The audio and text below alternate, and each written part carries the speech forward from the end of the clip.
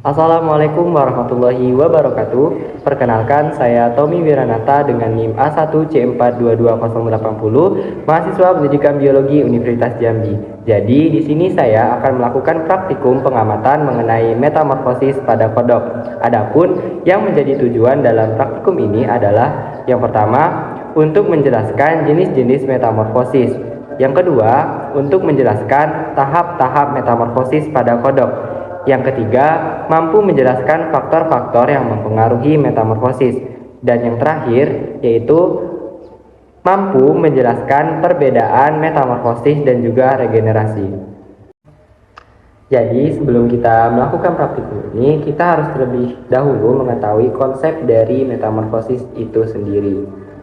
Jadi, metamorfosis merupakan suatu proses perkembangan fase hidup pada hewan yang dimulai dari tahap embrio hingga menjadi imago atau hewan dewasa, yang tentunya pada fase tersebut memiliki perbedaan bentuk mulai dari fungsi tubuh, dan pada setiap fasenya itu melalui pertumbuhan sel dan juga diferensiasi sel. Nah, metamorfosis itu dapat dibedakan menjadi dua. Yang pertama itu ada metamorfosis sempurna dan ada metamorfosis yang tidak sempurna. Metamorfosis sempurna atau yang biasa dikenal sebagai holometabola adalah proses metamorfosis hewan yang dimana memiliki bentuk larva yang sangat berbeda dengan bentuk hewan dewasanya atau biasa disebut dengan imago. Adapun tahapan pada metamorfosis sempurna itu terdiri dari telur, larva, pupa, dan juga imago atau hewan dewasa. Nah, contoh hewan yang mengalami proses metamorfosis sempurna adalah kupu-kupu dan juga kodok yang akan kita gunakan pada praktikum kali ini.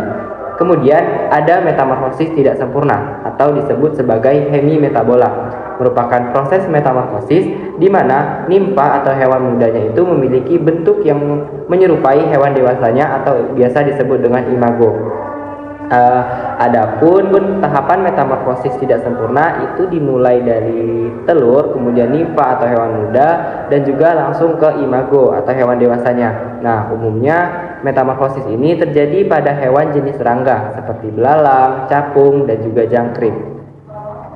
Nah, kodok tadi sudah disebutkan menjadi salah satu hewan yang melakukan tahapan metamorfosis sempurna atau holometabola. Karena fase metamorfosis pada kodok tersebut terdiri dari tahapan telur, kecebong, kodok muda, dan juga kodok dewasa. Itu dia penyampaian konsep dan juga teori-teori yang berkaitan dengan metamorfosis. Nah, selanjutnya kita akan memasuki tahapan prosedur kerja. Jadi, saksikan terus ya videonya. Check it out! Prosedur yang pertama yaitu memberi label pada masing-masing gelas plastik dengan huruf, yaitu ada huruf A, B, C, D, dan juga huruf E. Nah, pelabelan ini bertujuan untuk mempermudah kita dalam mengamati ataupun membedakan proses metamorfosis pada masing-masing kecebong nanti. Selanjutnya, kita perlu menyiapkan 5 ekor kecebong untuk diletakkan pada masing-masing wadah nanti. Selanjutnya, menyediakan hidrilla sebagai tempat bernaung dan juga pemasok oksigen bagi si kecebong. Masukkan air setinggi 5 cm ke dalam wadah yang telah berisi hidrilla. Ukurlah panjang kecebong dengan penggaris mulai dari ujung kepala hingga ujung ekor. Nah, kecebong-kecebong tadi dipelihara selama 7 hari dan diberi pakan pelet setiap harinya. Nah, tadi teman-teman sudah lihat bukan bagaimana proses praktikum mengenai metamorfosis pada kodok. Nah, selanjutnya kita akan memasuki ke dalam tahap hasil dan juga pembahasan. Nah, untuk hasil dan juga pembahasan dapat kalian lihat pada tabel berikut ini.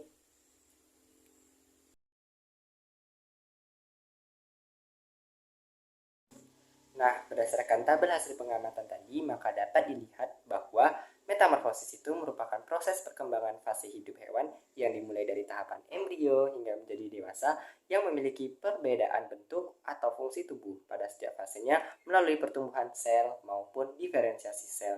Nah, metamorfosis itu dapat dibedakan menjadi dua, yaitu metamorfosis sempurna dan metamorfosis tidak sempurna. Nah, kodok itu mengalami metamorfosis sempurna. Nah, pada praktikum metamorfosis kali ini, itu menggunakan larva atau berudu kodok untuk diamati tahapan metamorfosisnya dan mengamati perubahan metamorfik apa-apa saja yang terjadi selama 7 hari tersebut. Nah, metamorfosis pada amfibi itu merupakan suatu proses rangkaian morfologik, biokimia, dan juga tingkah laku yang luas. Itu mengubah larva akuatik menjadi herbivora dan menjadi hewan dewasa muda yang bernapas dengan paru-paru dan sifatnya karnivora yang hidup di darat.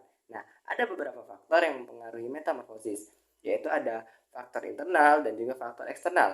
Faktor eksternalnya yaitu faktor lingkungan, antara lain seperti kualitas air, ada atau tidaknya parasit, serta nutrisi atau jumlah pakan yang tersedia.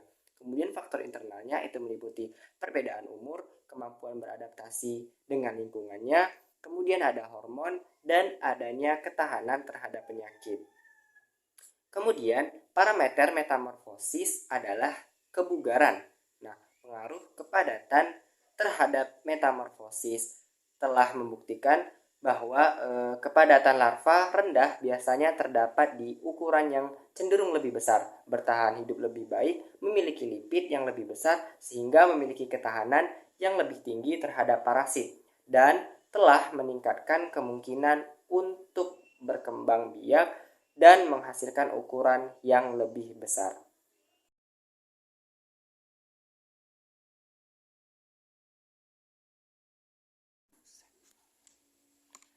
Nah, teman-teman, bagaimana? Tadi adalah pelaksanaan praktikum beserta penyampaian hasil dan pembahasan terkait dengan praktikum metamorfosis yang telah kita lakukan.